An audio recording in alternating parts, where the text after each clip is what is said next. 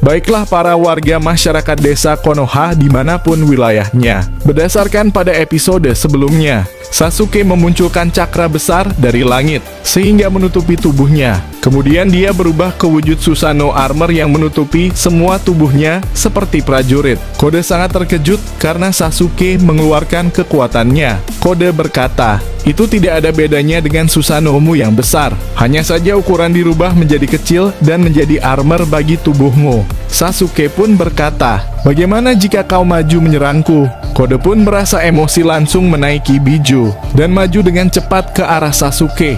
Kode mengubah tangannya menjadi mulut buaya yang besar dan menembakkan batang besi dari mulut tersebut.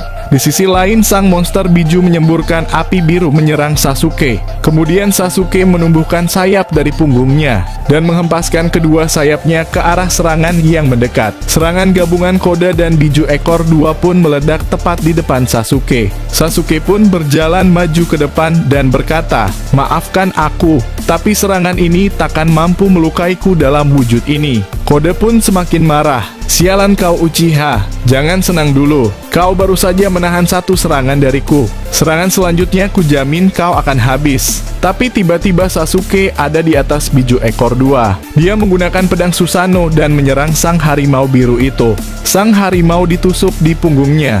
Dia pun kesakitan berlari ke sana kemari mencari kitab suci. Sasuke memegang pedang Susanoo sambil mengeluarkan elemen hitam atau Amaterasu dan menyelimuti tubuh Biju ekor dua. Sang monster ekor dua pun jatuh terbakar. Kode pun sangat penasaran dan berkata, "Jadi kau bisa mengeluarkan api hitam itu dari pedang? Cukup menarik, tapi selama aku masih bisa menyerap, maka api hitam itu tidak akan berbahaya bagiku." Kode pun mencoba menyerap api hitam dari Biju ekor dua, tapi Kode merasa kesulitan.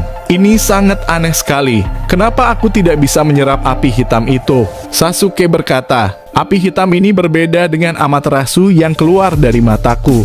Api hitam ini benar-benar keluar secara alami dari dalam bumi yang paling dalam. Atau bisa kusebut api hitam ini berasal dari neraka. Maka akan sulit kau serap karena tidak terbuat dari ninjutsu." Sasuke pun mencabut pedangnya dan maju mendekati Kode. Kode menggunakan kekuatan gravitasi untuk menahan Sasuke. Sasuke menjadi sangat lambat, tapi Sasuke bisa melepaskan efek gravitasi Kode. Kode kebingungan kenapa dia bisa lepas dari gravitasiku. Padahal dia bukan seorang Otsutsuki. Sasuke dengan cepat sudah di belakang Kode dan menghunuskan pedangnya. Tapi ada seseorang yang menahan pedang Sasuke dengan tongkat besi. Sasuke terkejut berkata, "Apa tongkat besi?"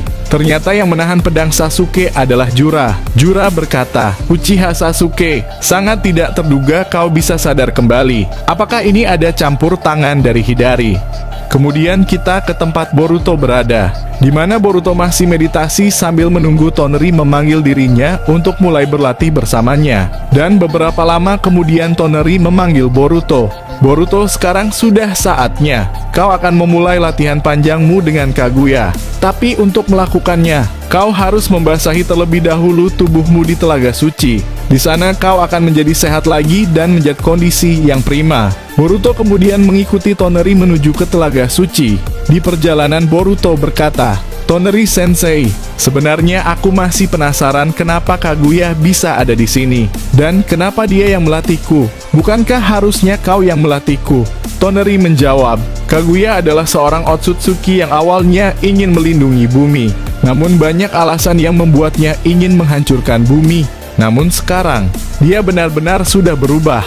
Dan dia cocok untuk melatihmu di tahap awal. Aku akan melatihmu di tahap akhir Boruto."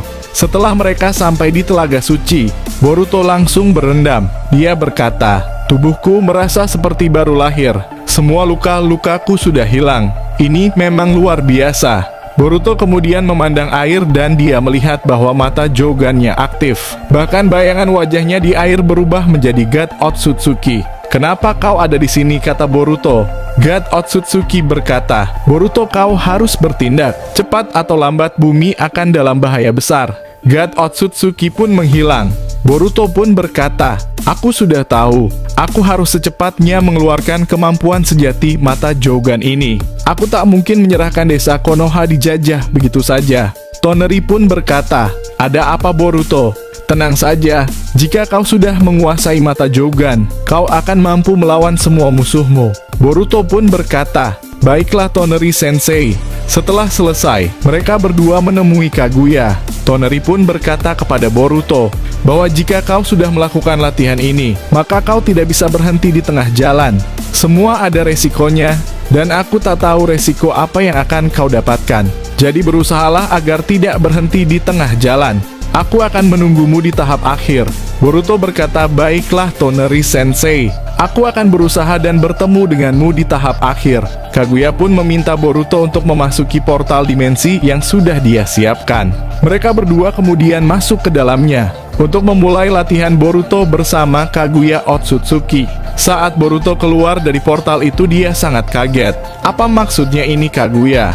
Aku sangat bingung. Kenapa kita ada di Konoha masa lalu? Kaguya mengatakan, Boruto, langkah pertama, kau akan menyamar menjadi Anbu di Konoha di masa lalu.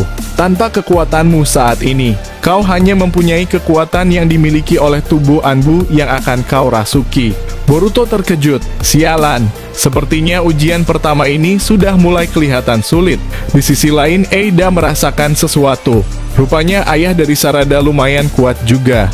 Dia yang sekarang jauh lebih kuat daripada saat masih di Konoha. Daimon pun berkata, kalau tidak salah, dia adalah guru dari King Borutokan, yang menemani Boruto pergi dari Konoha.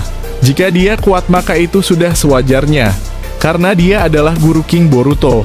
Kabuto pun yang mendengarnya ikut berkata, baguslah kalau begitu. Jadi mereka bisa menyelamatkan warga yang ada di desa Konoha.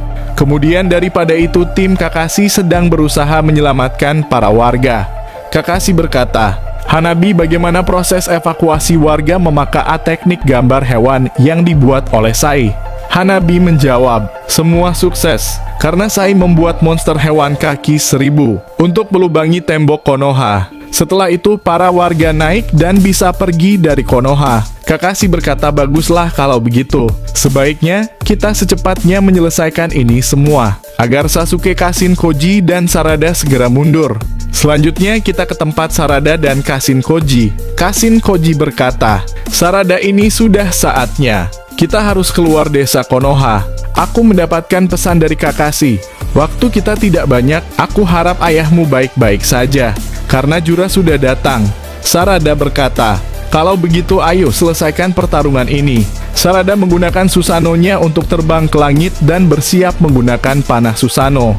Kashin Koji dengan cepat menggunakan teknik elemen lumpur, di mana dia mengubah tanah menjadi lumpur agar dua biju tersebut tidak bisa bergerak. Sarada kemudian mengunci tembakannya.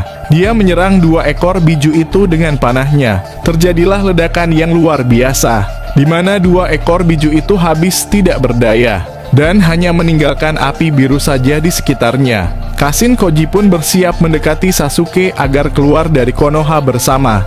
Namun setelah Sarada dan Kashin Koji mendekati Sasuke, dia telah ditangkap oleh Jura menggunakan batang besi. Dan anehnya Sasuke sudah tidak dalam wujud Susanoo Armor. Bahkan kode bersiap akan menghabisi Sasuke dengan cakar dari tangannya. Melihat Sarada dan Kashin Koji mendekat, Sasuke dengan sigap menggunakan Ameno Teijikara. Dia kemudian berhasil bertukar tempat dengan batu yang ada di sekitar dan mendekati Sarada Kashin Koji. Baguslah kalian datang membuat mereka lengah. Sarada pun berkata, apa yang terjadi papa? Tidak apa-apa. Kita harus keluar dari desa Konoha. Aku akan menahan mereka berdua. Kemudian Sasuke berubah ke wujud Susanoo Armor. Sarada pun terkejut dan berkata, aku tidak ingin meninggalkanmu papa. Sarada pun ikut berubah menjadi wujud Susanoo Armor. Sasuke pun sangat terkejut dan berkata, Sarada, tidak kusangka kau bisa menggunakan Susanoo Armor. Baiklah, kau bantu papa melawan Jura dan Kode. Akhirnya ayah dan anak akan melawan musuh dengan menggunakan mode Susanoo Armor Susanoo. Dan episode ini berakhir. Kita akan melanjutkan di video selanjutnya, kawan.